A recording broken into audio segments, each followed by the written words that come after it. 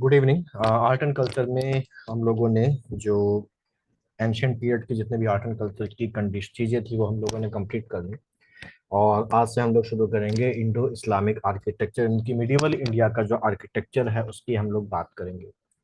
Medieval India की architecture की अगर हम लोग बात करें तो भारत में जब जो मुस्लिम जो रूल शुरू हुआ है उसके बाद से इस इंडो इस्लामिक आर्किटेक्चर की शुरुआत हुई। जैसा कि हम लोग जानते हैं कि इंडिया की जो कल्चर है, इंडिया का जो संस्कृति है, भारत की जो संस्कृति है वो एक मिश्रित संस्कृति है। क्योंकि समय समय पर बाहर से यहाँ पर आक्रमणकारी आए, बाहर से यहाँ पर बसने वाले लोग आए। आक्रमणकारी भी अगर आए तो वो भारत में अल्टीमेटली यहीं की संस्कृति में रच बस गए, यहीं के होके रह गए। जब वो आए तो अपने साथ अपने इलाके की संस्कृति को लेके आए, अपने इलाके की कला को लेके आए, अपने इलाके की आर्किटेक्चर को लेके आए। और जब उनके साथ जो उनके इलाके का, जहाँ के वो मूल निवासी थे, वहाँ का आर्किटेक्चर, वहाँ की कला और संस्कृति जब भारत में आई तो भारत की स्थानीय कला, भारत के स्थानीय आर्किटेक्चर और भारत की स्थानीय जो संस्कृति है उसके साथ वो मिलजुल गई, रच बस गई, जिससे उनके एक मिश्रित स्वरूप का इमरजेंस हुआ।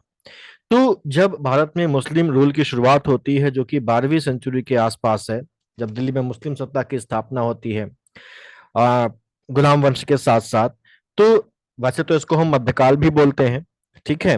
तो इसके साथ ही जब वो बाहर से आते हैं मुस्लिम सत्ता के लोग, तो भारत की जो वास्तुकला है उसमें एक चेंज आता है। चेंज कैसे आता है? अब भारत की वास्तुकला में फारसी वास्तुकला का भी समावेशन हो जाता है।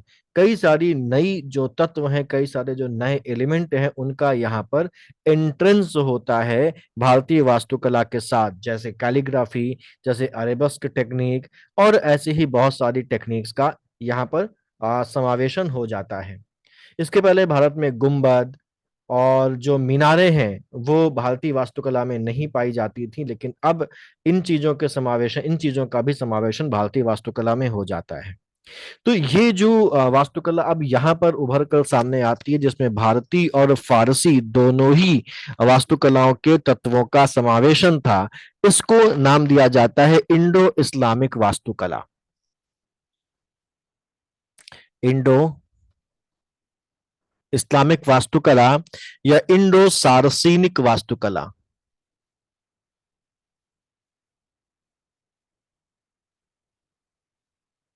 इंडो सारसीनिक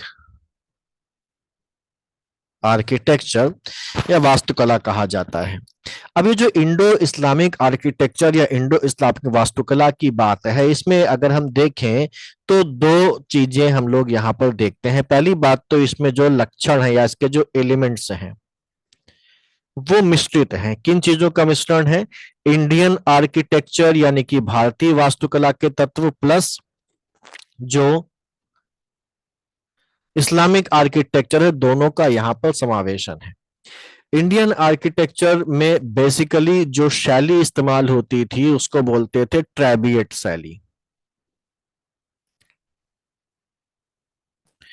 हिंदी में इसको बोलते हैं शहतीरी। और यहां पर जो शैली इस्तेमाल होती है वो होती है आर्कुएट स्टाइल, जिसमें गुंबद और मेहराबों का प्रयोग होता है। इसमें शहतीरों और स्तंभों का प्रयोग होता था।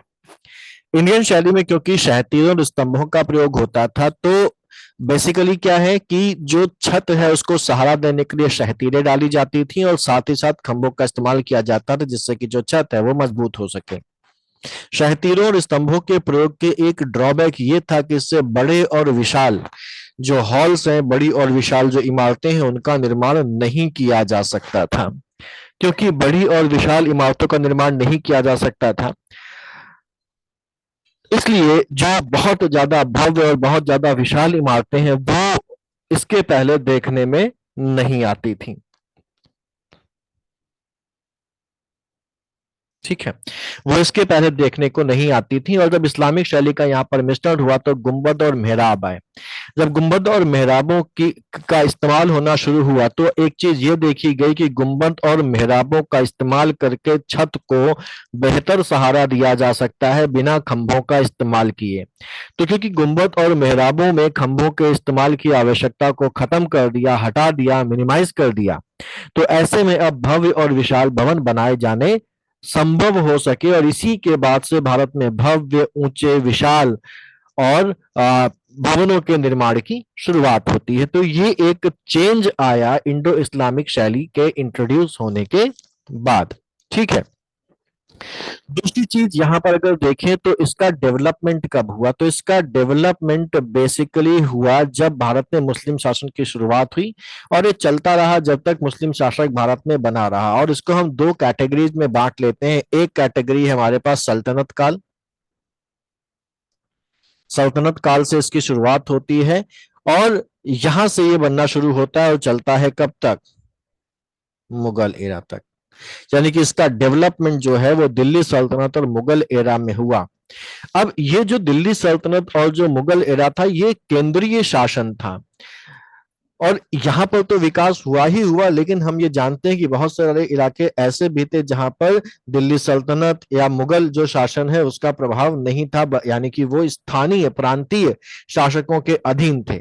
तो वो सभी इलाके जो प्रांतीय शासकों के अधीन थे, जो डायरेक्टली जो सल्तनत या मुगल के अंतर्गत नहीं थे, वहां पर भी हमको इंडो इस्लामिक शैली देखने को मिलती है। लेकिन क्योंकि वहां पर प्रांतीय शासन था तो थोड़ा बहुत अंतर वहां पर देखने को मिलता है। तो मूलतः है वो इंडो इस्लामिक ही, लेकिन क्योंकि वहां का जो शासन है वो अलग है तो वहां पर उनके लोकल इनपुट्स भी, लोकल चेंजेस भी थोड़े बहुत वहां पर देखने को मिलते हैं। इसलिए उन सभी चीजों को हम लोग अलग से पढ़ेंगे और उसको हम लोग किसमें डाल देंगे, प्रांतीय शैलियों में, इंडो इस्लामिक के अंतर्गत प्रांतीय शैलियों में उसको पढ़ेंगे। और उसमें जो मुख्यतः हमारे पास जो प्रांतीय शैलियां होंगी, जो प्रांतीय शैलियां होंगी जिनको हमें पढ़ना है वो कौन कौन सी होंगी। तो पहली बात तो जौनपुर या शर्की शैली, ठीक है,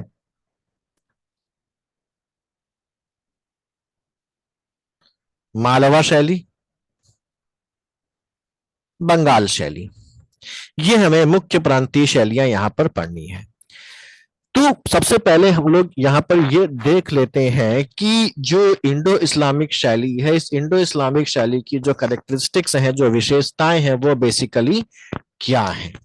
तो इंडो इस्लामिक शैली की अगर हम विशेषताओं की बात करें,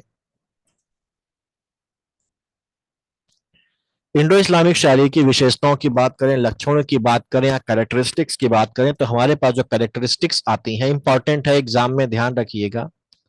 कैरेक्टरिस्टिक्स की अगर हम लोग बात करें तो यहाँ पर जो कैरेक्टरिस्टिक्स आती हैं वो सबसे इंपॉर्टेंट जो चीज है इंडो इस्लामिक शैली की वो है ट्रेविएट और आर्कवेट शैली का इंटीग्रेशन या बोले समन्वय।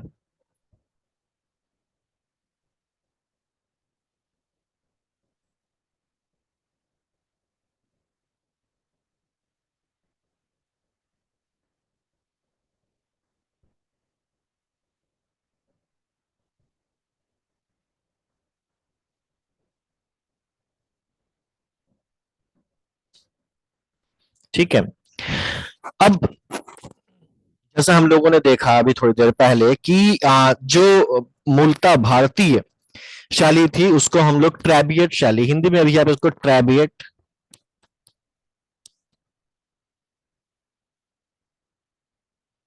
शैली लिख सकते हैं। तो इस ट्रेबियट शैली में बेसिकली क्या था, ट्रेबियट शैली में बीम, शहतीरों और खंभों का इस्तेमाल किया जाता था। ट्रेबियट शैली में बीम का, शहतीरों का, खंभों का प्रयोग किया जाता था। जबकि जो आर्कवेट शैली है, इस आर्कवेट शैली में इस्तेमाल होता था गुंबदों का और मेहराबों का।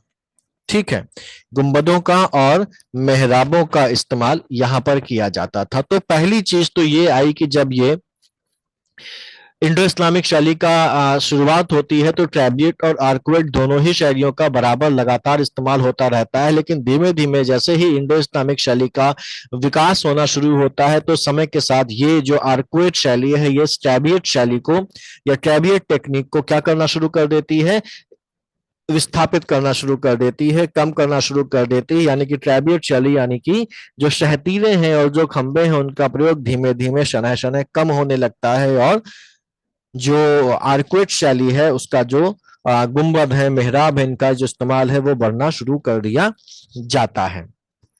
ठीक है, और यहां पर अगर हम लोग देखें तो ये जो आर्कुएट शैली है इसमें गुंबद और मेहराबों का प्रयोग किया गया, साथ ही साथ सजावट के लिए अरेबस्क पद्धति का इस्तेमाल किया गया।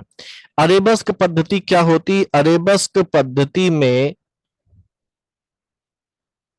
कुरान की आयतों को फूल पत्तियों के साथ दीवारों पर लिखा जाता था। कुरान की आयतों को फूल पत्तियों के साथ दीवारों पर लिखा जाता था अरेबस्क पद्धति में। अगर हम लोग देखें तो ये हमारे पास अरेबस्क पद्धति है। इस अरेबस्क पद्धति में ये कुरान की आयतें हैं जो अरबी में हैं और इनको सजाया गया है इन फूल पत्तियों के साथ, ये सजावट की गई है। अब यहाँ पर इसको जो अगर हम बोले तो इसको अरेबस्क टेक्निक बोलते हैं, लेकिन अरेबस्क टेक्निक के भी अंदर जाएं तो पहली बात तो हम कुछ लिख रहे हैं, और जब हम कुछ लिखते हैं और उसको हम सुंदर तरीके से लिखने की कोशिश करते हैं तो उसको क्या बोला जाता है? सुलेखन बोला जाता है। सुलेख लिखते थे ना बचपन में राइटिंग सुधारने के लिए, सुलेखन बोला जाता है। तो जो ये आयतें लिखी गई हैं इस आयतों के लिखने को क्या बोला गया? सुलेखन यानी कि कैलीग्राफी। और अगर आप देखेंगे तो ये जो फूल पत्तियां बनी हैं तो ये संगमरमर का पत्थर है, उस संगमरमर के पत्थर में इन फूल पत्तियों को पेंट से नहीं सजाया गया है, पेंट से नहीं बनाया गया है, बल्कि ये जो पंखुड़ियां बनी हुई हैं ये भी लाल रंग का संगमरमर है, ये जो चीजें बनी हुई हैं पत्तियां या बेलें बनी हुई हैं ये भी हरे रंग का संगमरमर है। तो बेसिकली क्या करते थे कि संगमरमर का जो पत्थर है उसमें जो भी आकृति बनानी होती है, फॉर एग्जांपल इस फूल की आकृति बनानी होती है तो इस बेस वाले पत्थर में तराश कर फूल की आकृति बना ली जाती थी। तो तराश कर फूल की आकृति बना ली जाती थी और उसके बाद इसी आकृति का, जैसे लाल रंग का फूल यहाँ पर लगाना है तो पहले तो वहां पर गड्ढा कर लिया गया तराश कर फूल के आकार का, फिर इसी आकार के लाल रंग का संगमरमर पत्थर या कोई रत्न या कोई जवाहरात या कोई प्रेशियस स्टोन को उसी आकार का काटकर इसमें फिट कर दिया जाता था। तो ये जो तकनीक है ये क्या कहलाई? ये कहलाई पित्रादुरा टेक्निक। इसको क्या बोलते हैं? पित्रादुरा। इसको क्या बोलते हैं? सुलेखन। और कंबाइंडली ये क्या हो गया? सजावट की पद्धति अरेबस्क कहलाई। ठीक है, क्लियर? तो ये चीज मुझे लगता है आपको क्लियर हो गई होगी कि अरेबस्क क्या होता है, कैलीग्राफी क्या होती है और पित्रादुरा टेक्निक क्या होती है। पित्रादुरा टेक्निक में सजावट के लिए जो भी डिजाइन बनानी होती है पहले बेस वाले पत्थर पर उसको काट लिया जाता है, फिर उसी आकार के दूसरे पत्थरों, जवाहरात या प्रेशियस और या सेमी प्रेशियस पत्थरों को उसी आकार में काटकर उसमें फिट कर दिया जाता है, जिससे कि ये डिजाइन इस तरीके की उभर कर सामने आ जाती है। इसको पित्रादुरा बोलते हैं। ये जो अक्षर लिखे गए हैं इनके लिखने के तरीके को कैलीग्राफी बोलते हैं और ये पूरी जो टेक्निक है इसको क्या बोलते हैं? अरेबस्क शैली या अरेबस्क टेक्निक सजावट की। ठीक, दूसरी चीज जैसा मैंने अभी आर्कुएट और उसके बारे में बताया था, तो ये देखिए ये बीम और शहतीरी पद्धति है, इसको बोलते हैं ट्रेबियट और ये आर्कुएट है। ट्रेबियट में ये खंबे बनाए गए हैं, खंबों के ऊपर बीम रखी गई और उसी बीम का सहारा लेके छत ढाली जाती है, इसी बीम का सहारा लेके ये छत ढाली जाती है। इसी को बोलते हैं लिंटेल, इसी को बोलते हैं शहतीर या इसी को बोलते हैं बीम। ये खंबे हैं। जबकि अगर हम आर्कुएट शैली की बात करें तो देखिए ये एक मेहराब बनी हुई है और इस मेहराब के सहारे ये छत को ढाल दिया गया है। ठीक है, मेहराब बोले तो आर्क या चाप भी बोल सकते हैं। तो ये ट्रेबियट शैली है और ये आर्कुएट शैली। अगर ट्रेबियट या आर्कुएट है तो आप इस डायग्राम को बनाकर वहां पर प्रॉपरली बेटर तरीके से एक्सप्लेन कर सकते हैं। ठीक है,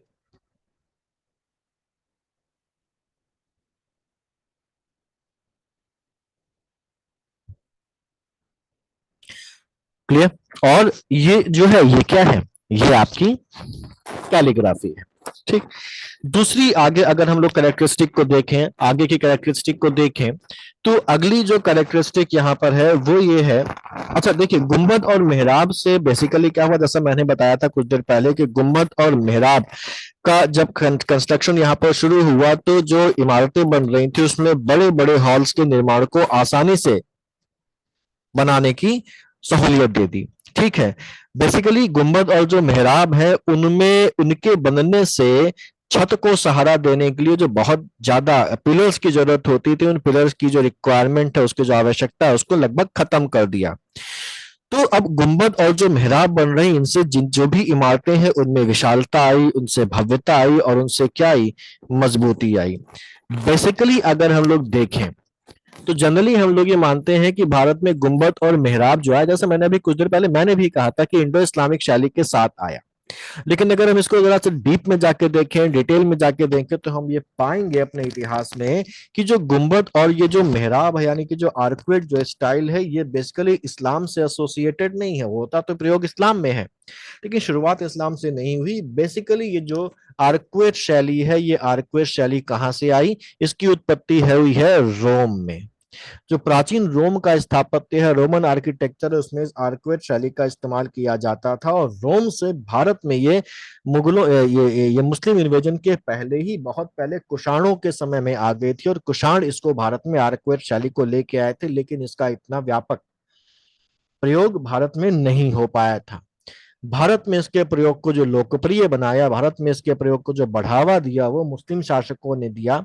और जब दिल्ली सल्तनत की शुरुआत होती है तब ये आर्कुएट शैली लोकप्रिय होना शुरू होती है और इसका जो विस्तार है वो भारत में होना शुरू होता है। तो आई तो कुषाणों के साथ थी, कुषाण ले आए थे इसको, लेकिन क्योंकि इसका इसका इसका इसकी जो यूज है वो बढ़ा, इसको जो लोकप्रिय बनाया वो इस्लामिक इन्वेडर्स ने अपने आने के बाद बनाया था। दिल्ली सल्तनत की स्थापना होने के बाद इसकी लोकप्रियता बढ़ी। तो जनरली ये माना जाता है कि इसकी शुरुआत यहाँ से हुई, लेकिन शुरुआत पहले ही हो चुकी थी। यहाँ पर जो भवन निर्माण है उसमें पत्थरों का प्रयोग खूब किया गया है, पत्थरों का इस्तेमाल किया गया और पत्थरों को आपस में जोड़ने के लिए, पत्थरों को आपस में जोड़ने के लिए उन्होंने सुर्खी और चूने पत्थरों का इस्तेमाल किया है। पत्थरों का प्रयोग और पत्थरों को जोड़ने के लिए,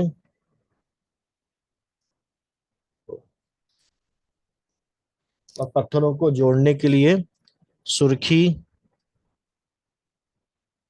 जिप्सम और जो चूना पत्थर है उसका प्रयोग किया गया। ठीक है, अब इस्लाम जो है, इस्लाम में बेसिकली प्रोहिबिटेड है। क्या प्रोहिबिटेड है, मनाही है। किस चीज की मनाही है इस्लाम में, इस्लाम में मनाही है मानव और पशुओं के चित्रण की मनाही है। अब पशुओं और मानव के चित्र बनाने की, उनके मूर्ति बनाने की मनाही है। तो अब इन्होंने क्या किया, इन्होंने इंडो इस्लामिक एरा में जो इमारतें हैं या जो भी चीजें, उनको सजावट के लिए मानवों और पशुओं के चित्रों या मूर्तियों का इस्तेमाल बंद हो गया, नहीं हुआ। और बेसिकली जो अलंकरण है, जो डेकोरेशन है, जो सजावट है, उस सजावट के लिए इस्तेमाल किया जाने लगा किसका, ज्योमेट्रिकल शेप्स का, यानी कि ज्यामितीय आकारों का इस्तेमाल हुआ, फूल पत्तियों का इस्तेमाल हुआ और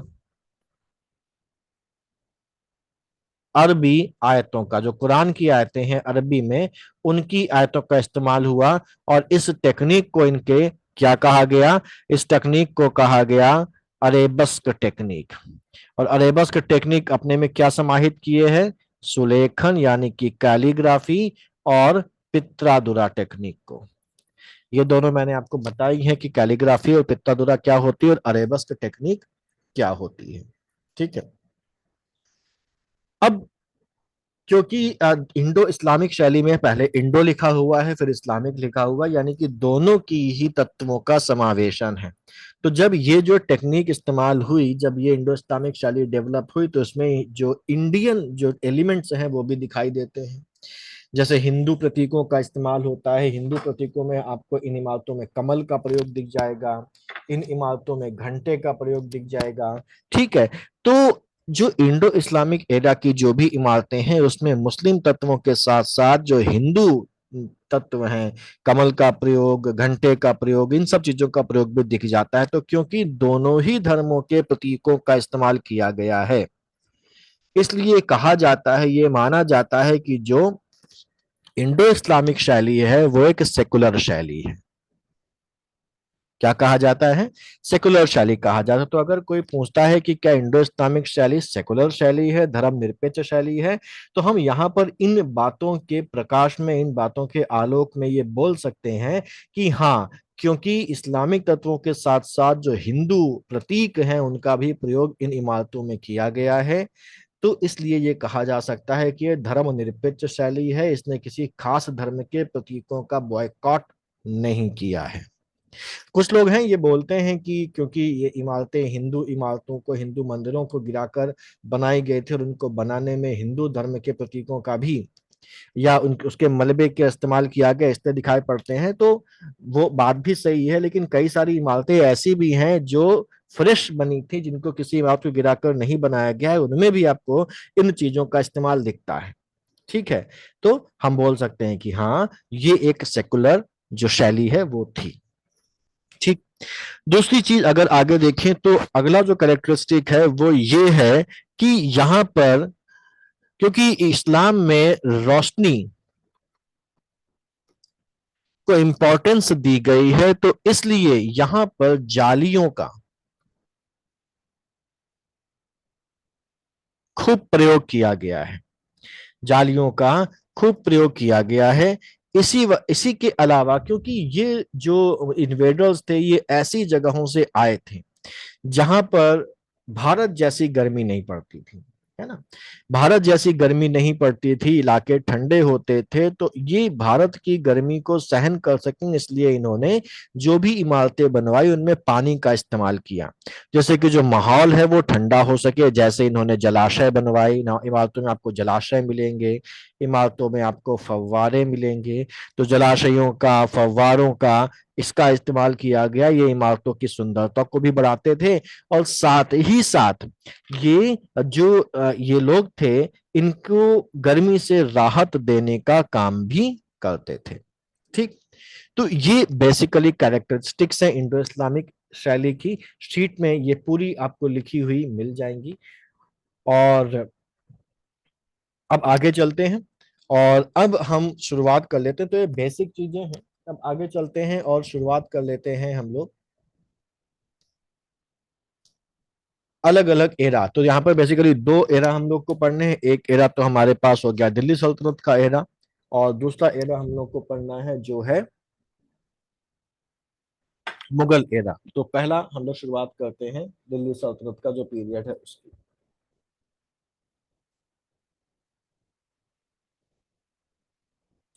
तो दिल्ली सल्तनत की अगर बात करें तो आर्किटेक्चर ऑफ दिल्ली सल्तनत।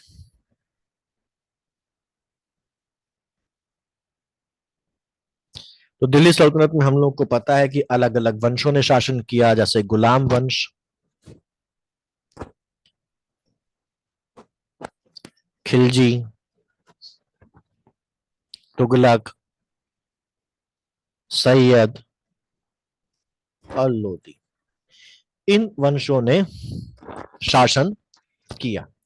तो इन सभी गुलाम वंश को हम लोग इलबरी या वंश के नाम से भी जान सकते हैं, क्योंकि कुतुबुद्दीन ऐबक के अलावा इस वंश के जितने भी शासक हुए लगभग सभी इलबरी जो जाति थी उससे जो संबंध वो रखते थे, इसलिए इसको इलबरी वंश के नाम से भी बुलाया जा सकता है। तो गुलाम वंश, खिलजी वंश, तुगलक वंश, सैयद वंश, इन सभी वंशों में गुलाम वंश तो पहला वंश था।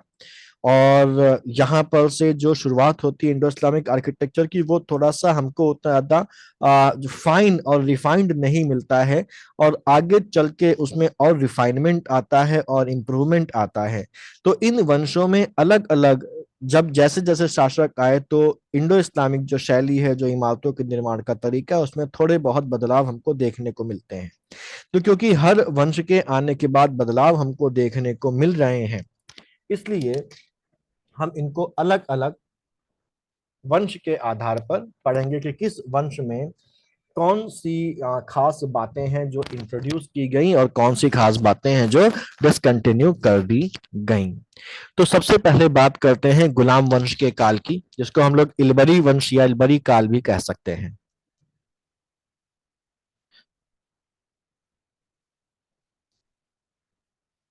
ठीक। गुलाम वंश या इलवरी काल की अगर हम लोग बात करें, तो ये शुरुआती वंश था, कुतुबुद्दीन ऐबक से शुरुआत होती है और कुतुबुद्दीन ऐबक से चल के ये बलबन तक जाता है। इस वंश में बेसिकली क्या होता है कि इसमें जो इमारतें बनी हैं उनमें से जो मैक्सिमम इमारतें हैं वो मुख्यतः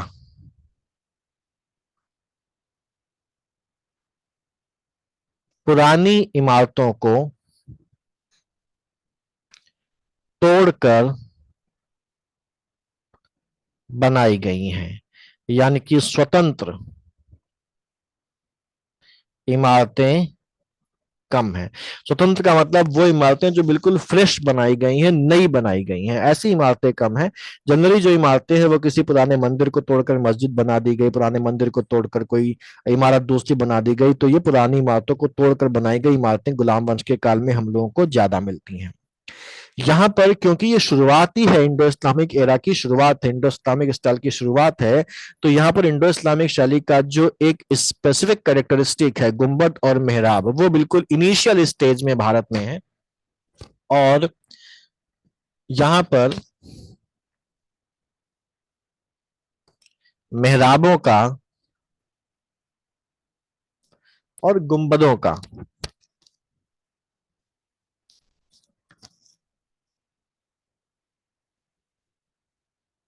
वास्तविक रूप नहीं दिखता, बहुत बेसिक रूप दिखाई देता है। क्योंकि ये स्वतंत्र इमारतें नहीं है, हिंदू इमारतों को तोड़कर इनको बनाया गया है, तो इन इमारतों में जो हिंदू एलिमेंट है, जो हिंदू तत्व हैं या प्रभाव हैं, वो ज्यादा दिखते हैं, है ना। अभी तो आप लोगों ने एक नई खबर और सुनी होगी कुछ दिनों पहले कि जो कुतुब मीनार है वो भी हिंदू एलिमेंट्स वहां पर देखने को मिल रहे हैं, और ये माना जाता है कि जो हिंदू इमारत को तोड़कर उसको बनाया गया था, या वो कोई हिंदू राजा के द्वारा बनाया कोई स्तंभ था, उसको तोड़कर या उसके स्थान पर इसको बना दिया गया, और वहां पर कई सारे ऐसे तत्व हमको देखने को मिलते हैं जिसके बारे में ऐसा बताया जाता है। ठीक है, कि हिंदू जो एलिमेंट है वो वहां पर पाए गए, हिंदू इमारत के अवशेष पाए गए। ठीक है, तो ये यहाँ पर दो इंपॉर्टेंट चीजें हैं। अब यहाँ पर अगर इमारतों की बात किया तो सबसे इंपॉर्टेंट इमारत जो यहाँ पर है वो ये है कुतुब मीनार। सबसे इंपॉर्टेंट जो एलिमेंट है वो है कुतुब मीनार। अगर हम कुतुब मीनार की बात करें, तो कुतुब मीनार का जो निर्माण है हम जानते हैं कि कुतुबुद्दीन ऐबक ने करवाया था। किसकी यादगार में करवाया था? कुतुबुद्दीन बख्तियार काकी, एक सूफी संत थे कुतुबुद्दीन बख्तियार काकी, उनकी यादगार में उनके उनके उसमें करवाया था उसने। और कुतुबुद्दीन ऐबक उसको पूरा नहीं कर पाया था, और अल्टीमेटली उसको कंप्लीट किया था। किसने इसको कंप्लीट करवाया था? इल्तुतमिश ने। हाँ, इसके बाद शुरुआत में तो ये 4 मंजिलों की थी, और बाद में बिजली गिरने से इसकी ऊपरी जो मंजिल थी वो गिर गई थी, और अल्टीमेटली आगे चलकर इस पर एक और मंजिल का निर्माण करवाया गया। ठीक है, तो अब ये पांचवी मंजिल, 5 मंजिलों का ये कुतुब मीनार यहाँ पर हमको दिखाई देता है। अगर हम कुतुब मीनार को देखें तो ये ऊपर से पतला है, नीचे से चौड़ा है, यानी कि ये इस तरीके की एक इमारत है, इस तरीके की एक इमारत है। इस शेप को बोलते हैं कोन, यानी कि शंकु। कुतुब मीनार की इमारत को देखें तो इसका आकार कैसा है, शंकु के आकार की ये इमारत है। शंकु के आकार का इसका जो शेप है वो है। तो शंकु के आकार की ये कुतुब मीनार है, जो कि कुतुबुद्दीन ऐबक ने बनवानी शुरू करी थी और बनी किसके काल में कंप्लीट हुई, इल्तुतमिश के काल में बनी। ठीक। अब कुतुब का बेसिकली मतलब क्या होता है, तो जो शब्द कुतुब है, यहां पर कुतुब का अगर हम शाब्दिक अर्थ देखें तो इसका मतलब होता है एक स्तंभ, जो कि बेसिकली जो है वो न्याय यानी कि जस्टिस और सॉवरेनिटी का क्या है, प्रतीक है। जस्टिस और सॉवरेनिटी यानी कि न्याय और संप्रभुता का प्रतीक है। तो जैसा मैंने बताया कि ये जो इमारत है कुतुब मीनार, ये शंकु के आकार की है, और अगर हम इसमें देखें तो यहाँ यहाँ यहाँ यहाँ हमको इसमें बाहर निकले हुए छज्जे दिखाई पड़ेंगे। ये बाहर निकले जो छज्जे हैं, ये कुतुब मीनार में एक खास टेक्निक से जो मूल टावर है उसमें जोड़े गए हैं। ये छज्जा निकला हुआ है बाहर, ये छज्जा मूल जो इमारत है, मूल जो टावर है, इसमें खास टेक्निक से जोड़ा गया है, जिस टेक्निक को नाम दिया जाता है stalactite honeycombing technique.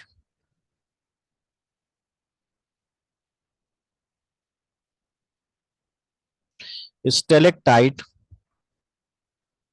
Honey combing technique. ठीक। Stalactite tight honey combing technique, इसको बेसिकली क्यों कहा जाता है, क्योंकि ये एक टेक्निक, एक ऐसा फ्रेमवर्क है जिसमें अष्टकोणीय कुछ संरचनाएं बनाई जाती हैं, सेल्स बनाई जाती हैं, और जिनका सहारा लेके खंबे से या मीनार से इन छज्जों को जोड़ा जाता है। अगर हम कुतुब मीनार को देखें तो ये जो हेक्सागोनल या अष्टकोणीय जो संरचनाएं हैं, जिनका सहारा लेके इन छज्जों को मूल मीनार से जोड़ा गया है, वो हमको दिखाई पड़ेंगी। यहाँ पर देखिए आपको दिखाई पड़ रही है, यहाँ पर आपको दिखाई पड़ रही है। तो अगर हम इसमें बनी हुई इन आकृतियों को देखें तो कैसे लग रही हैं, मधुमक्खी के द्वारा बनाए गए छत्ते के आकार की लग रही हैं कि नहीं लग रही हैं। तो इन्हीं का इस्तेमाल करके इन छज्जों को इस मूल इमारत से जोड़ा गया है। तो क्योंकि ये हनी बी के द्वारा बनाए गए जो छत्ते होते हैं उनकी जैसी लगती हैं, इसीलिए इसको बोला जाता है स्टेलेक्टाइट हनी कॉम्बिंग टेक्निक, जिसका इस्तेमाल यहाँ पर किया गया। तो अगर कभी कोई पूछता है कि स्टेलेक्टाइट हनी कॉम्बिंग टेक्निक का इस्तेमाल भारत में किस इमारत में किया गया है, तो हमारा जवाब होगा कि उसका इस्तेमाल दिल्ली में कुतुब मीनार में किया गया है। ये जो कुतुब मीनार है, इस कुतुब मीनार के अलावा और भी कई सारी इमारतें यहाँ पर बनाई गई। तो इस काल में बनाई गई जो मेन इमारतें हैं, वो मेन इमारतें हमारे पास एक तो कुतुब मीनार हो जाता है, इसके अलावा हो जाता है 2.5 दिन का झोपड़ा,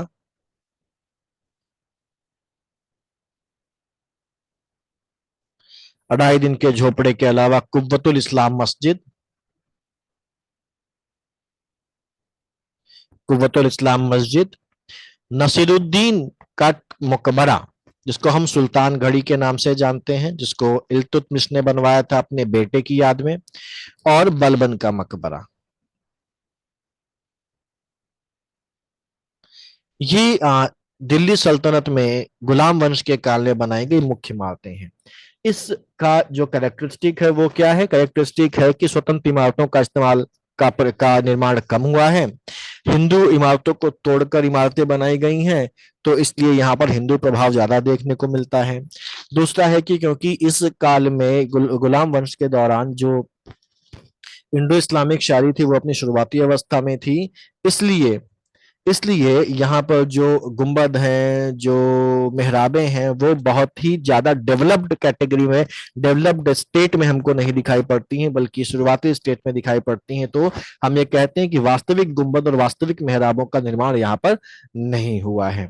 इसके अलावा कुतुब मीनार में जो स्टेलेक्टाइट हनीकॉम्बिक टेक्निक का इस्तेमाल हुआ है वो हमको यहाँ पर ध्यान रखना है।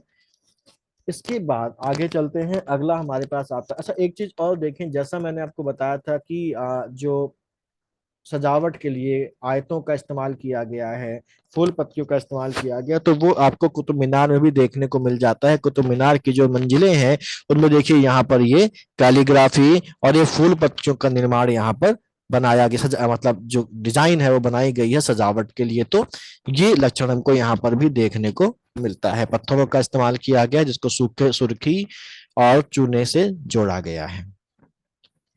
अगला हमारे पास आता है, ये देखिए ये पित्रादुरा टेक्निक का एग्जाम्पल है कि किस तरीके से बेस पत्थर में पहले फूलों के आकार को काटा गया, बेलों को आकार को काटा गया और उसके बाद अलग रंग के पत्थरों को काटकर अलग रंग के जो प्रेशियस सेमी प्रेशियस स्टोन्स उनको काटकर उसमें फिक्स किया गया और ये डिजाइन हमारे सामने बन के तैयार हुई। ये पित्रादुरा टेक्निक है। पित्रादुरा टेक्निक देख लिया और दिल्ली सल्तनत का स्थापत्य हम लोगों ने देख लिया। अब आते हैं हम लोग खिलजी में।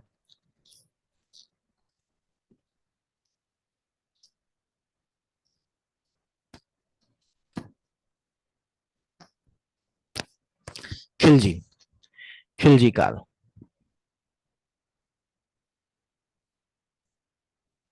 ठीक है, खिलजी वंश का काल, खिलजी वंश का जो स्थापत्य में योगदान है वो।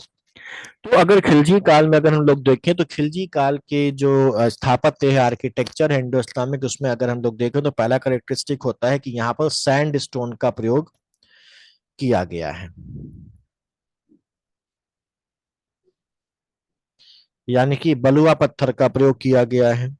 ठीक, यहां से वास्तविक गुंबद और मेहराबों का निर्माण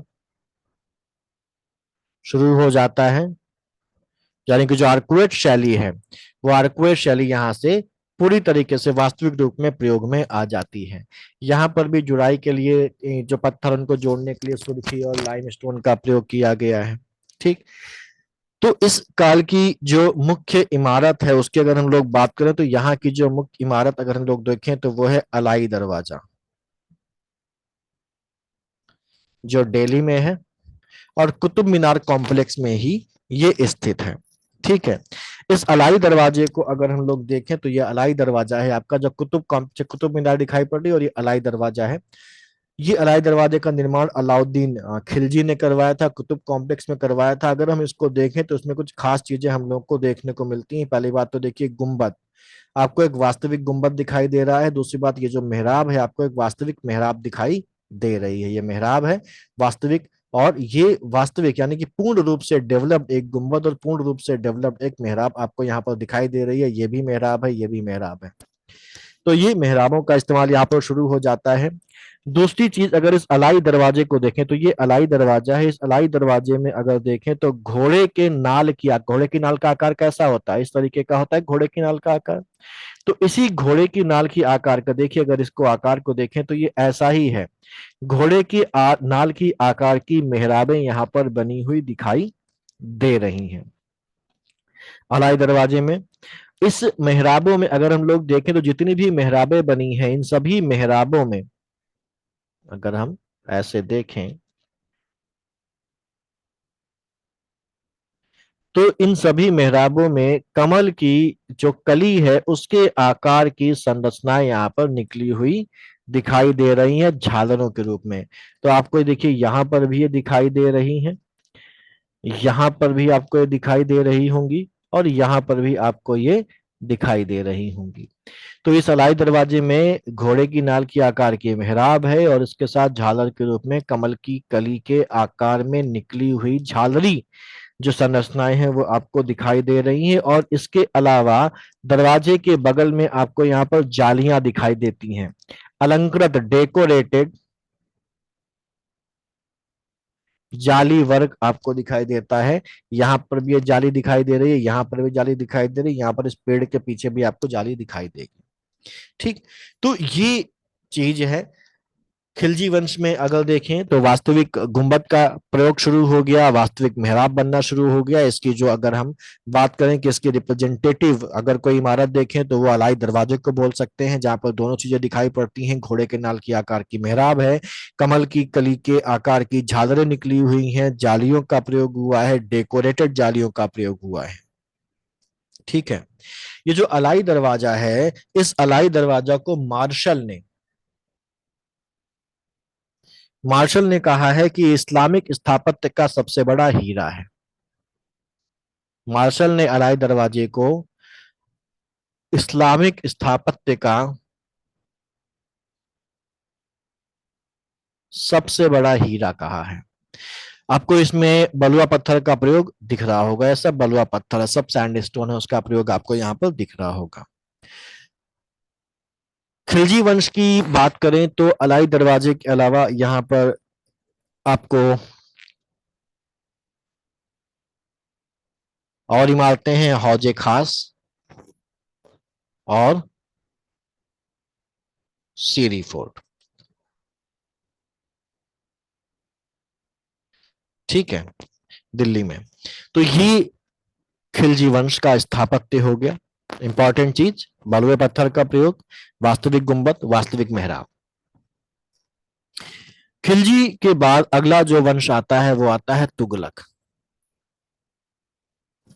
तुगलक वंश के स्थापत्य की बात अगर हम लोग करें तो तुगलक वंश के स्थापत्य में हमको थोड़ा सा चेंज देखने को मिलता है। तुगलक वंश के स्थापत्य में थोड़ा सा चेंज हम लोग को देखने को मिलता है। वो चेंज क्या है, तो जो स्ट्राइकिंग फीचर है, जो बदलाव आया, वो यहाँ पर ये आया कि यहाँ पर जो दीवारें हैं वो ढलवा दीवारें बनी, वो स्लोपी दीवारें बनी, या हम बोल लें कि तिरछी दीवारें बनी।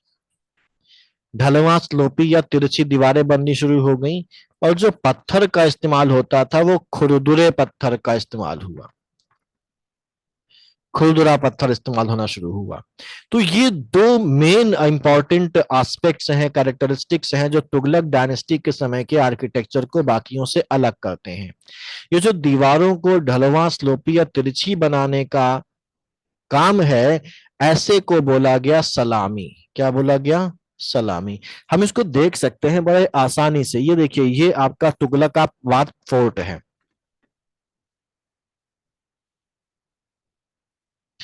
तुगलकाबाद फोर्ट, इस तुगलकाबाद फोर्ट में आप देखिए, पत्थरों को आप देखेंगे तो आपको एक खुरदुरे पत्थर दिखेंगे। और ये जो दीवारें हैं, आप चाहे यहां देख लें, चाहे यहां देख लें, चाहे यहां देख लें, किसी भी दीवार को देख लें, वो आपको सीधी नहीं दिखेगी, बल्कि इस तरीके से स्लोपी दिखेगी। ये भी स्लोपी है, ये भी स्लोपी है, ये भी स्लोपी है। इसके अलावा अगर हम यहाँ पर देखें तो ये एक मकबरा है, इस मकबरे की दीवारें भी आपको देखिए स्लोपी दिखेंगी, बिल्कुल सीधी नहीं है, स्लोपी है। गुंबदों का प्रयोग भी है, मेहराबों का प्रयोग भी है, वास्तविक गुंबद है, वास्तविक मेहराब है, पत्थरों का प्रयोग खुरदुरा हुआ है। लेकिन जो स्ट्राइकिंग फीचर है वो ये है कि किसी भी इमारत को उठा लें, आपको दीवारें हमेशा स्लोपी दिखेंगी, चाहे ये मकबरा देख लें, चाहे तुगलकाबाद फोर्ट की ये जो दीवार है इसको देख लें। तो ये इसको ढलवा क्यों बनाते थे? तो ये बेसिकली ढलवा इसलिए बनाया जाता था जिससे कि इमारत को मजबूती मिले। ढलवा जो दीवारें हैं वो इमारत को मजबूती देने का काम करती थी, और इसलिए क्योंकि तुगलक का जो एरा था इसमें बड़े भव्य किलों को बनाया गया, इमारतों को बनाया गया, इसलिए उनको मजबूती मिले, इसलिए सपोर्ट के लिए दीवारों को क्या कर दिया गया? ढलवा कर दिया गया। सलामी प्रकार की दीवारें यहाँ पर बनाई गई, ठीक, जिससे मजबूती मिले। ठीक, तो ये इंपॉर्टेंट कैरेक्टरिस्टिक है, खुरदुरे पत्थरों का प्रयोग, ढलवा दीवारें। अब यहाँ पर ये जो आपको दिख रही है दीवार, ये बेसिकली तुगलकाबाद फोर्ट की दीवार है, तुगलकाबाद के किले की दीवार है। इस तुगलकाबाद के किले को इब्न बतूता, गयासुद्दीन तुगलक ने बनाया था। इसको किसने बनाया था? गयासुद्दीन तुगलक ने बनाया था। और बाद में मोहम्मद बिन तुगलक के समय में आया था एक यात्री, इसका नाम था इब्न बतूता।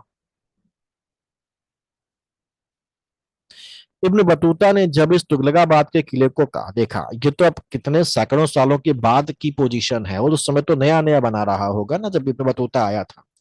तो इब्न बतूता ने इसको जब देखा तो वो चकाचौंध हो गया और उसने इसकी प्रशंसा करते हुए कहा, क्या कहा, कि सूर्योदय के समय ये जो इमारत है, जो तुगलकाबाद का किला है, ये इतनी तेजी से चमकता है कि देखने वाले की आंखें इसके ऊपर टिक नहीं पाती। ऐसा इब्न बतूता ने कहा। क्या कहा, कि तुगलकाबाद का किला के बारे में कहा कि सूर्योदय के समय जब सूर्य की किरणें इसके ऊपर पड़ती हैं, ये तो ये इतनी तेजी से चमकता है कि देखने वाले की आंखें इस पर टिक नहीं पाती। ऐसा उसने बोला। तो तुगलकाबाद के किले के अलावा यहाँ पर और भी इमारतें बनाई गई, केवल यही नहीं बनाई गई। जैसे यहाँ का अगर हम देखें तो जो मुख्य इमारतें हैं वो तो तुगलकाबाद का किला एक हो गया। इसके अलावा मोहम्मद बिन तुगलक ने भी एक बनवाया था, जहां पनाह, एक शहर की स्थापना की थी जहां पनाह की। फिरोज शाह तुगलक, सॉरी, फिरोज शाह कोटला, फिरोज शाह तुगलक ने बनवाया। बारह खंबा भवन,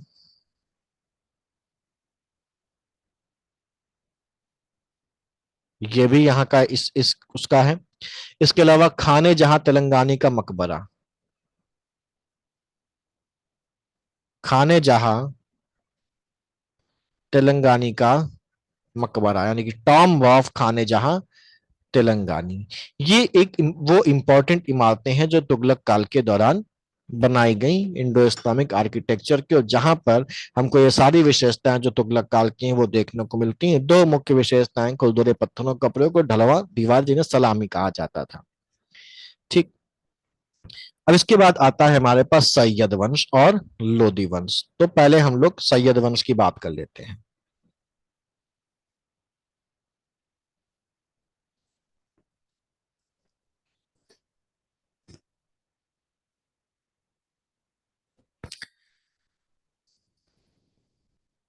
सैयद वंश का शासनकाल तो बहुत लंबा नहीं रहा, लेकिन सैयद वंश के दौरान और लोदी वंश के दौरान भी जो मकबरे हैं उनको बहुत ज्यादा बनाया गया। ठीक है। तो इन दोनों वंशों के दौरान सैयद वंश का काल तो बहुत ही छोटा रहा, और उसका लोदी वंश आता है। तो इन दोनों ही कालों में हम कंबाइंडली पढ़ लेते हैं। तो यहाँ पर मकबरों का,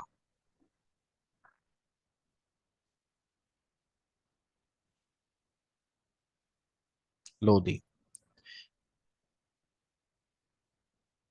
मकबरों का,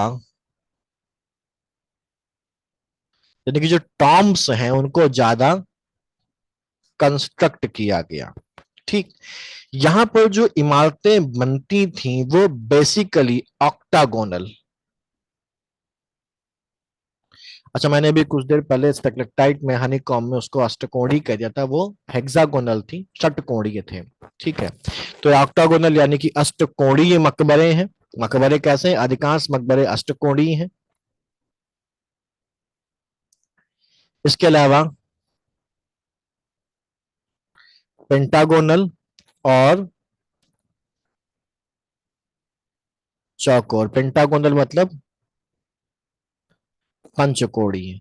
ये मकबरे भी हमको इन आकार के मकबरे देखने को मिलते हैं, यानी कि अष्टकोणीय मकबरे भी देखने को मिलते हैं, पंचकोणीय मकबरे भी देखने को मिलते हैं, और चौकोर मकबरे भी देखने को मिलते हैं। हाँ, अगर देखें तो इस काल का जो सबसे स्ट्राइकिंग फीचर है वो ये है डबल डोम। डबल डोम का निर्माण, यानी कि दोहरे गुंबद का निर्माण किया गया। दोहरे गुंबद के निर्माण की शुरुआत अगर हम देखें तो यहां से होती है। अब डबल डोम क्या होता है, 2 मिनट में देखते हैं। यहाँ पर अगर हम देखें तो इसकी जो सबसे इंपॉर्टेंट इमारत जो दिखाई जाती है वो ये है, और ये है सिकंदर लोदी का मकबरा, टॉम्ब ऑफ सिकंदर लोदी। ये सिकंदर लोदी का मकबरा अष्टकोणीय है। दूसरी चीज यहाँ पर एक और जो स्टैकिंग फीचर है वो ये है कि जो भी इमारत बनाई जाती थी वो एक बाग के बीच में बनाई जाती थी। हर इमारत बाग के बीच बनाई जाती थी और ऊंचे स्थान पर बनाई जाती थी, चबूतरे जैसे स्थान पर बनाई जाती थी। तो अगर हम इस मकबरे को देखें तो ये बगीचा है, और बगीचे में ये ऊंचा स्थान है, और इस ऊंचे स्थान पर ये मकबरा बनाया गया। और यही जो शैली है ये बाद में मुगल काल में और ज्यादा डेवलप होती, जिसको हम चार बाग शैली के नाम से जानते हैं। चार बाग शैली के नाम से जानते हैं कि बीच में इमारत है और इमारत के चारों तरफ बाग हैं, और वो बाग हमारे पास बेसिकली चार हिस्सों में बटा हुआ है, और ये बीच में चबूतरे में इमारत बनी हुई है। ठीक, तो ये आगे चल के डेवलप होती है चार बाग शैली के नाम से। तो ये सिकंदर लोदी का मकबरा है। इंपॉर्टेंट चीज, मकबरों का निर्माण सबसे ज्यादा हुआ। मकबरे या जो भी इमारतें हैं वो एक बगीचे के बीच में बनाई जाती थी, ऊंचे स्थान पर, और ये जो टेक्निक बगीचे के बीच में ऊंचे स्थान में बनाने वाली बात हुई, आगे चल के चारबाग शैली में, चारबाग टेक्निक में कन्वर्ट हो जाती है मुगल काल में जाके। ठीक। और अगली चीज जी की यहाँ पर दोहरे गुंबदों का निर्माण शुरू हुआ। दोहरे गुंबदों के निर्माण की बात करें तो ये एक क्रॉस सेक्शन आपके पास है। जनरली गुंबद हमारे पास अगर बनाएगा तो ये इमारत है, इमारत के ऊपर ये गुंबद बना दिया गया। लेकिन यहाँ पर गुंबद कैसे, दो गुंबद बनाए जा रहे हैं। एक गुंबद यहाँ पर बना है जो अंदरूनी इमारत की छत को दिखा रहा है, और दूसरा बाहर से देखने में ये इमारत ऊंची बने तो इसलिए ये अंदरूनी गुंबद के ऊपर एक दूसरा गुंबद और बना दिया गया, जिससे कि बाहर से देखने पर ये इमारत कैसी लगे, ऊंची लगे। तो अगर ये गुंबद अंदरूनी ना होता तो अंदर का जो जो एक आर्किटेक्चर है, अंदर का एक जो सिस्टम है, उसमें ये भद्दा लगता, क्योंकि बीच की छत अचानक से ऊंची हो गई तो वो भद्दा ना लगे, और ये जो छत है वो बाकी अंदर के आर्किटेक्चर से मैच कर जाए, तो अंदर एक अलग गुंबद बना देते थे जो कम ऊंचाई का होता था, और बाहर से देखने पे इमारत ऊंची और भव्य लगे, इसलिए इसके ऊपर एक और गुंबद का निर्माण कर दिया जाता था। यानी कि एक आउटर गुंबद होता था और एक इनर गुंबद होता था, यानी कि दो लेयर्स होती थी, इनर लेयर और आउटर लेयर। इनर लेयर कम ऊंची होती थी और जो आउटर लेयर है वो ज्यादा ऊंची होती थी, भव्यता वगैरह को दिखाने के लिए। ठीक है, अगर हम इसमें देखें इस इमारत में तो ये भी देखिए, ये एक इनर लेयर गुंबद की है और उसके ऊपर ये कैसी बन गई, एक आउटर लेयर बना दी गई। तो ये जो टेक्निक है, इस टेक्निक को नाम दिया गया डबल डोम टेक्निक। ठीक। तो फिर से अगर हम इसको देखना चाहें तो क्या बोलेंगे कि जो डबल डोम टेक्निक है, इस डबल डोम टेक्निक में जो डोम है, जो गुंबद है, उसको दो परतों में बनाया जाता था, दो लेयर में बनाया जाता था। अंदर वाली जो लेयर थी वो अंदरूनी जो इमारत है, इमारत के अंदर का हिस्सा, उसकी छत को कंस्टिट्यूट करती थी।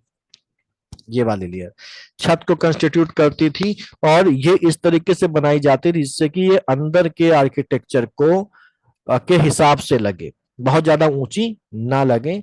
और जो बाहरी लेयर होती थी वो इस इनर लेयर के ऊपर बना दी जाती थी। ठीक है। और ये बाहर से देखने पर इमारत भव्य और ऊंची लगे, उसके लिए इसको बनाया जाता था। तो इसको डबल डोम कहा गया, जिसकी शुरुआत लोदी डायनेस्टी से हमको होती है, और सिकंदर लोदी के मकबरे में इसका प्रयोग किया गया है। ठीक। तो ये लोदी काल हो जाता है, और इस लोदी काल के बाद हमारे पास दिल्ली सल्तनत खत्म हो जाती है, इसको ध्यान रखना है। दिल्ली सल्तनत के बाद हम लोग अब देखेंगे कि जो कुछ प्रांतीय शैलियां हैं, उन प्रांतीय शैलियों के बारे में हम लोग बात करेंगे।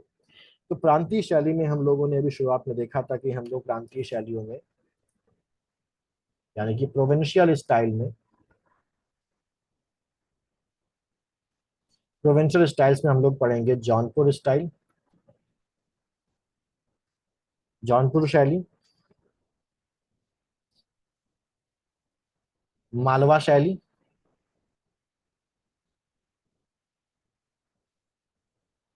बंगाल शैली, और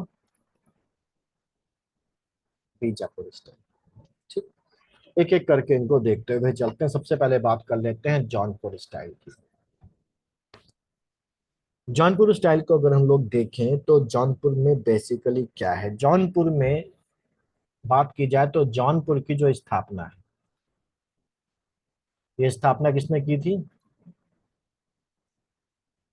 फिरोज शाह तुगलक ने की थी, अपने चचेरे भाई एमबीटी मोहम्मद बिन तुगलक के नाम पर। इसका एक नाम जौना खां भी था, और उसी जौना खां के नाम पर इसका नाम क्या पड़ा, इसका नाम पड़ता है जौनपुर। ठीक है, इसका नाम पड़ता है जौनपुर। और वो यहाँ पर मलिक सरवर को दे देता है, और मलिक सरवर के बाद जो उसका दत्तक पुत्र होता है वो यहाँ पर शर्की साम्राज्य की स्थापना करता है। तो क्योंकि जौनपुर में शर्की साम्राज्य का चल स्थापना थी, तो शर्की शैली भी इसको कहा जाता है। और जौनपुर हम जानते हैं कि शिक्षा और वास्तुकला का एक प्रमुख केंद्र था, और इसीलिए सुंदर इमारतों की वजह से इसको सिराज ऑफ द ईस्ट यानी कि पूर्व का सिराज कहा गया। ठीक। अब यहाँ पर ये जो जौनपुर शैली है, ये जौनपुर शैली की अगर हम लोग बात करें तो यहाँ पर इम्पोर्टेंट जो बात है वो क्या है कि यहाँ की जो इमारतें हैं, भले ही वो मस्जिद क्यों ना हो, उसमें मीनारें गायब हैं। मीनारें आपको नहीं मिलती हैं, मीनारें नहीं हैं यहाँ पर आपको। क्योंकि ये तुगलक शैली, सॉरी, क्योंकि ये इंडो इस्लामिक शैली का है और इसकी स्थापना फिरोज शाह तुगलक ने की थी, तो तुगलक शैली के बहुत सारे एलिमेंट्स आपको यहाँ पर देखने को मिलते हैं। तुगलक शैली के कौन से एलिमेंट देखने को मिलते हैं? तुगलक स्टाइल का प्रभाव, क्यों? क्योंकि तुगलकों ने बसाया था। प्रभाव देखने को मिलता है, जैसे यहाँ पर ढलवा दीवारें मिलती हैं। तो तुगलक शैली का एक कैरेक्टरिस्टिक है, ढलवा दीवारें मिलती हैं। ठीक। यहाँ पर जो खंभे हैं वो स्क्वायर शेप्ड हैं, यानी कि वर्गाकार खंभे आपको मिलते हैं। ठीक। साथ ही साथ छायादार मार्ग, जो रास्ते हैं, जो दरवा जो मार्ग हैं, जो राहें हैं, वो कैसी हैं? वो छायादार है। ठीक। तो ये यहाँ की खास बात है। इसके अलावा यहाँ पर कुछ हिंदू इन्फ्लुएंस भी हमको देखने को मिलता है। हिंदू इन्फ्लुएंस क्या देखने को मिलता है? हिंदू इन्फ्लुएंस ये मिलता है कि यहाँ पर छज्जों का प्रयोग किया है। छज्जे जो है वो हिंदू आर्किटेक्चर की पहचान है। आप चले जाइए राजपूताना में, राजपूत में जहां भी आपको दिखे छज्जे बहुत ज्यादा प्रयोग मिलेंगे राजपूत शैली में आपको। तो छज्जों का जो प्रयोग है उसको हिंदू आर्किटेक्चर का इन्फ्लुएंस माना जाता है। तो क्योंकि छज्जे हैं यहाँ पर, तो यहाँ पर हम ये कहते हैं कि हिंदू इन्फ्लुएंस यहाँ पर है। सबसे बड़ी बात यहाँ पर है कि ये जो प्रवेश द्वार है, जो मोस्ट स्ट्राइकिंग फीचर यहाँ पर है, तो जो प्रवेश द्वार है, जो एंट्री गेट्स होते थे वो बहुत ज्यादा विशाल, बहुत ज्यादा लार्ज स्केल में बनाए जाते थे, विशाल बनाए जाते थे और बहुत ज्यादा सजावटी होते थे। तो ये देखिए प्रवेश द्वार है, ये किसका प्रवेश द्वार है? अटाला मस्जिद का। अटाला मस्जिद का ये प्रवेश, बाकी इमारत के मुकाबले इस प्रवेश द्वार की ऊंचाई को आप देखिए, ये प्रवेश द्वार बहुत ज्यादा विशाल, और सजावट को देखिए। अब तो ये खराब हो रहा है, लेकिन फिर भी आप जब ये बना होगा, जब ये बहुत ज्यादा पुराना नहीं होगा, तो आप इसकी सजावट को महसूस अभी भी कर सकते हैं कि बहुत ज्यादा अलंकृत और बहुत ज्यादा सजावटी है। तो ये एक इम्पॉर्टेंट कैरेक्टरिस्टिक है जिसका शर्की जो शैली है उसका, कि जो प्रवेश द्वार होते हैं वो बहुत विशाल होते हैं और बहुत ज्यादा सजावटी होते हैं। इसके अलावा यहाँ पर तुगलक स्टाइल का इन्फ्लुएंस देखने को मिलता है कि जो दीवारें हैं वो ढलवा हैं, जो खंबे हैं वो स्क्वायर शेप्ड हैं, रास्ते छायादार हैं। हिंदू इन्फ्लुएंस है, छज्जों का प्रयोग किया गया। और एग्जाम्पल क्या है इसका? एग्जाम्पल है अट्टाला मस्जिद। ठीक है। अटाला मस्जिद, अटाला मस्जिद के अलावा एक और मस्जिद है जिसका नाम है झंझरी मस्जिद।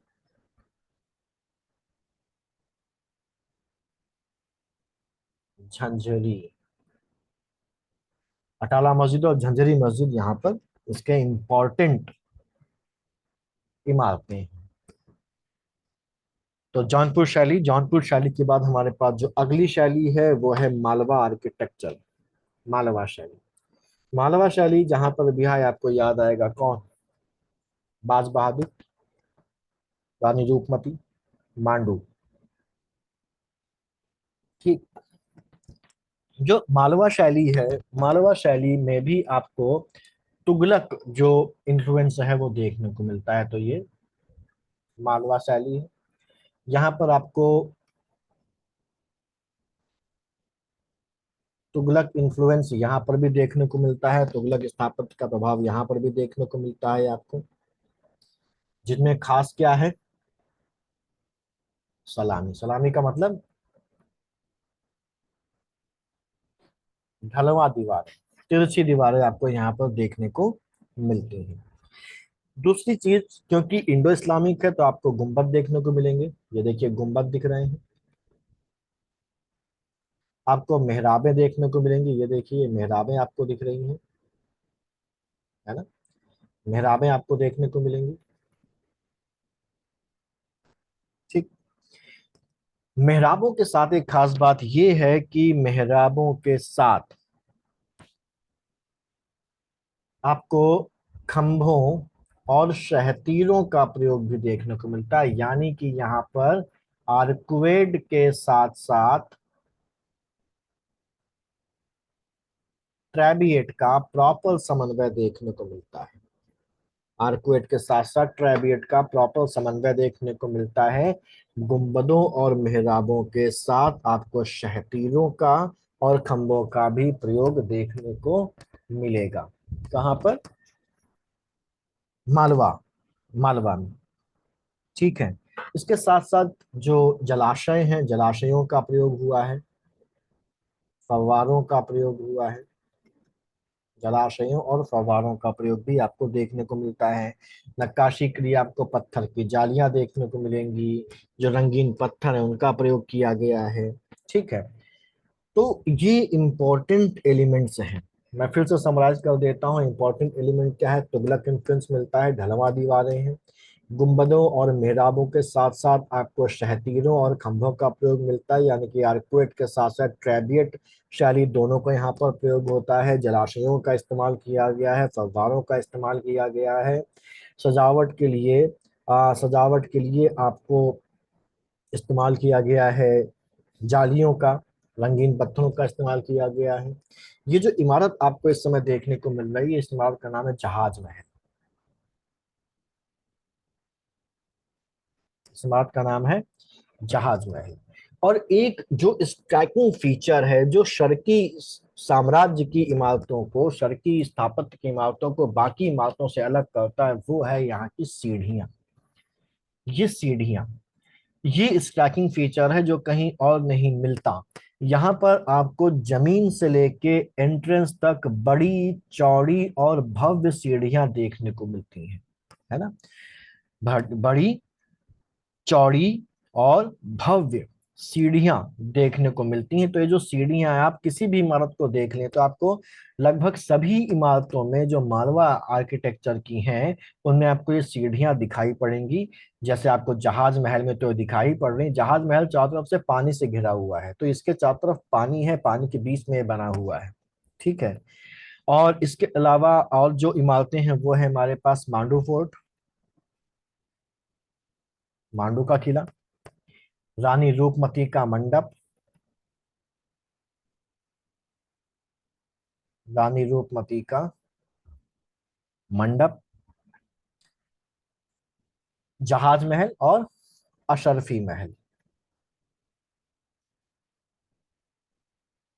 एक, दो, तीन, चार, ये चार मुख्य इमारतें हैं जो मालवा आर्किटेक्चर से रिलेटेड हैं, जिनको आपको ध्यान रखना है।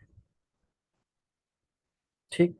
मालवा आर्किटेक्चर के बाद हमारे पास, अच्छा एक चीज और यहाँ पर ध्यान रखनी है कि जैसे हम लोगों ने जौनपुर शैली देखी थी, जौनपुर शैली में मीनारों का प्रयोग नहीं किया गया है, वैसे ही मालवा शैली में भी मीनारों का प्रयोग नहीं किया गया। तो अगर कभी सवाल आ जाता है तो दो चीजें आपको लिखनी ही लिखनी है, क्योंकि वो इसके स्ट्राइकिंग फीचर्स हैं। पहली चीज, मीनारों का प्रयोग नहीं किया गया, और दूसरी सीढ़ियों वाला पॉइंट, ये आपको जरूर से जरूर लिख देना है, क्योंकि ये इनको बाकियों से अलग करता है, क्योंकि तुगलक इन्फ्लुएंस तो और भी जगहों पर इस्तेमाल हुआ है ना? ठीक। अगला है हमारे पास बंगाल स्टाइल।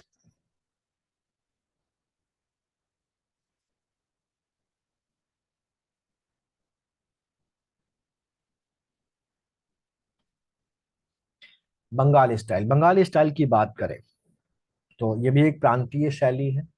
इसमें बेसिकली ईंटों का और काले पत्थरों का प्रयोग हुआ है। ईंटों का और काले पत्थरों का प्रयोग किया गया है बंगाल शैली में। बंगाल शैली में आपके जो मेहराबें हैं,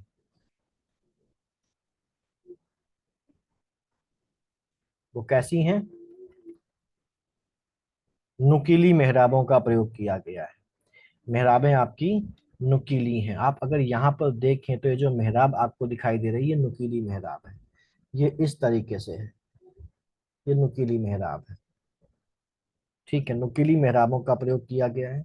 बाकी जगह आपने जो मेहराब देखी है वो इस तरीके की है, यहाँ पर इस तरीके की नुकीली मेहराब है। आप अगर देखेंगे यहाँ पर तो आपको ये हल्की सी नोक जैसी दिखाई पड़ रही होगी। ठीक है, नुकीली मेहराब का प्रयोग किया गया है। यहाँ पर एक चीज ध्यान देने वाली है कि अगर आपको छज्जे कहीं पर मिलेंगे तो जो छज्जे हैं वो मुड़े हुए हैं, बेंडेड छज्जों का प्रयोग किया गया है। यहाँ पर बेसिकली सजावट पर ज्यादा ध्यान नहीं दिया है, सजावट पर ज्यादा ध्यान नहीं दिया गया है, बल्कि यहाँ पर उपयोगिता पर ध्यान दिया गया है, उसके यूज पर ध्यान दिया गया। यूटिलिटी ओरिएंटेड इमारतें बनाई गई हैं, ज्यादा सजावट आपको इमारतों में देखने को नहीं मिलती। दूसरी चीज, क्योंकि ये बंगाल साइड का इलाका है, तो यहाँ पर जो मौसम है बारिश वगैरह के हिसाब से ध्यान में रखते हुए यहाँ पर कुछ इमारतों की जो छतें बनाई गई हैं उन छतों को ढलवा रखा गया है। ढलवा छतें आप यहाँ पर ये देख सकते हैं, ये क्या है, इस छतें ढलवा है ना। ये ढलवा छतें आपकी बनाई गई हैं। ये ढलवा छतों को एक नाम दिया जाता है, इनको बोला जाता है बांग्ला छत। ये यहाँ का स्ट्राइकिंग फीचर है कि यहाँ पर छतें कैसी हैं, ढलवा हैं। इनको बांग्ला छत कहा जाता है। मेहराबें कैसी हैं, नुकीली हैं। ईंटों का और काले पत्थरों का प्रयोग किया गया है। इम्पोर्टेंट जो इमारत है यहाँ की वो है कदम रसूल मस्जिद।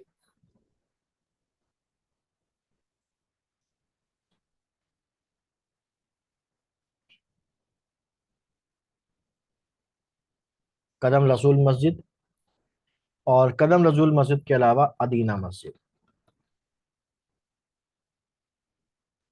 कदम रसूल मस्जिद के अलावा अदीना मस्जिद, ये इसकी इंपॉर्टेंट इमारतें हैं। ये जो इमारत आप देख रहे हैं कदम रसूल मस्जिद की है, और एक कदम रसूल मस्जिद का अंदरूनी भाग है। यहाँ पर खंभों का प्रयोग भी किया गया है मेहराबों के साथ। नेक्स्ट हमारे पास आ जाता है बीजापुर स्टाइल। इसको हम लोग दक्कन शैली या दक्कन स्टाइल के नाम से भी जानते हैं। ठीक है, बेसिकली 14 से और 14वीं और 16वीं सदी के बीच में अगर हम बात करें तो दक्कन में इस जिस शैली का विकास हुआ उस शैली को बीजापुर स्टाइल के नाम से जाना जाता है। ये जो डेक्कन स्टाइल है इसकी खास बात यह है कि ये तुगलक प्लस ईरानी स्टाइल का समन्वय है। तुगलक और ईरानी स्टाइल का समन्वय है। ईरानी स्टाइल से यहाँ पर जो एलिमेंट लिया गया है वो लिया है बड़े गुंबदों का निर्माण। कंदीय गुंबद बनाए गए यहाँ पर। कंदीय गुंबद मतलब ओनियन ओनियन डोम बनाए गए, या इनको बोलते हैं बल्बुअस डोम। अभी तक जो डोम है वो इस तरीके के हैं। और अगर यहाँ पर देखें तो यहाँ पर जो डोम आपको देखने को मिलेंगे वो इस तरीके से लहसुन के आकार के आपको देखने को मिलेंगे, और इनका आकार बहुत बड़ा होगा। तो ये जो कंदीय गुंबद है, ओनियन डोम है या बल्बुअस डोम है, ये बीजापुर स्टाइल की जो है वो है लक्षण है। और ये कहाँ से आए हैं, ये ईरानी स्टाइल से यहाँ पर इंट्रोड्यूस किए गए हैं। ईरानी स्टाइल से यहाँ पर इंट्रोड्यूस किए गए हैं। ठीक है, तो इसका जो एग्जाम्पल है ये देखिए, ये है गोल गुंबज।